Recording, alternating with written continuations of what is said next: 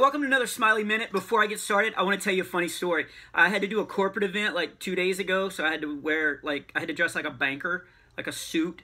And so I was wearing my formal stormtrooper belt. And so when I was going through the metal detectors, I had to take the belt off. And when I was getting the belt to put it back on, this guy walked by who did not look like a Star Wars fan. He walked by and he goes, "Stormtrooper belt?" And I was like, "Yep." And he goes, "I bet it misses every belt loop." It was the funniest thing I've heard in a while. Anyway, let's get to the news. Spirit Airlines actually made the news this week. I've never flown Spirit Airlines, mostly because it sounds like an airline company for alcoholics. Plus, they have cheap tickets, which I'm for, but then they charge you for every little thing. It's a whole bait and switch. Like, oh, you have a carry-on bag? That's $39. Oh, did you want a seat to sit on during the flight? Oh, well, that's $50. You want a beverage? Well, we soaked a rag in Coca-Cola, and you can suck on it for 20 seconds if you give us $5. It is ridiculous. I'm actually convinced that cargo pants are popular just for people that fly Spirit Airlines, so they can hide stuff in their pants and sneak it in without being charged. Okay, sorry, I got off topic. Anyway, here's the news story. Passengers aboard a Spirit Airlines plane had to be diverted after some complained about a strange smell, and everybody agreed that it smelled like smelly socks.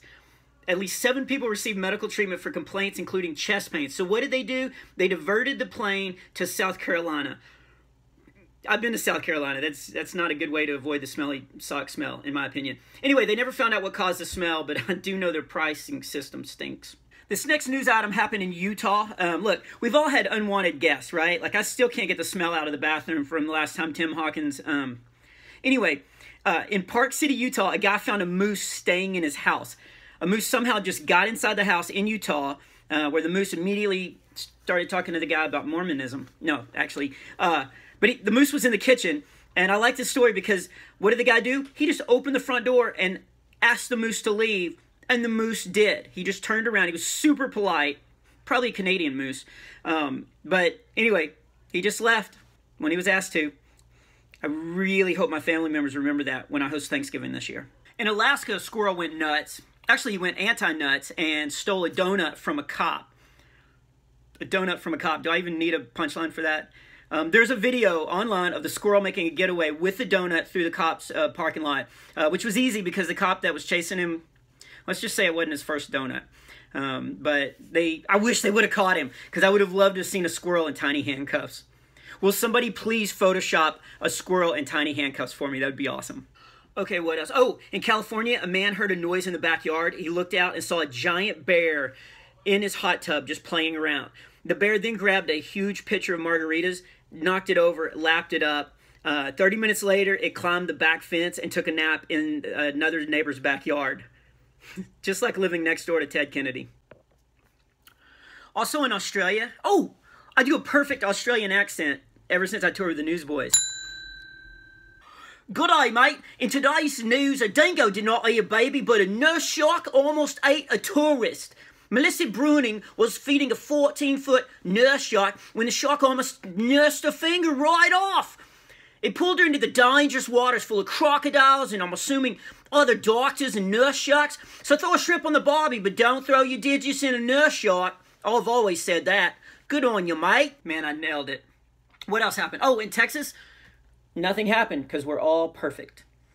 Oh, well, 2 men were caught stealing a baby shark from an aquarium in San Antonio. They actually tried to sneak it out in a baby stroller. That's why it made the Smiley Minute. I hope some kind old grandma stopped a man and was like, "Can I see your baby? Oh, he's going to make a great lawyer one day." And finally, no Smiley Minute would be complete without some strange news from Florida. Here's a headline that popped out at me. Man carries alligator in store to buy beer. Robbie Stratton, there's a video of it, you got to look it up, carried a 4-foot alligator into a beer store and chased customers around the aisle with it. He said he has no memory of the incident as he had already been drinking heavily that night. He probably just flew in on Spirit Airlines. Here's the best 2 lines of the story. Stratton said he doesn't know where he got the alligator. It's a 4-foot alligator. Florida. Do you have, like, Alligators R Us stores, like Alligators Unlimited? You just stop in and just get an alligator? He doesn't know where he got it, but here's the best part. According to the news, police said it was unclear whether the man's stunt violated any Florida laws. He chased around petrified customers with a 4-foot alligator, but is that really a crime? Florida, you are the best. Anyway, that's it for the Smiley Minute. Put out weekly and always a minute or less. That's a promise.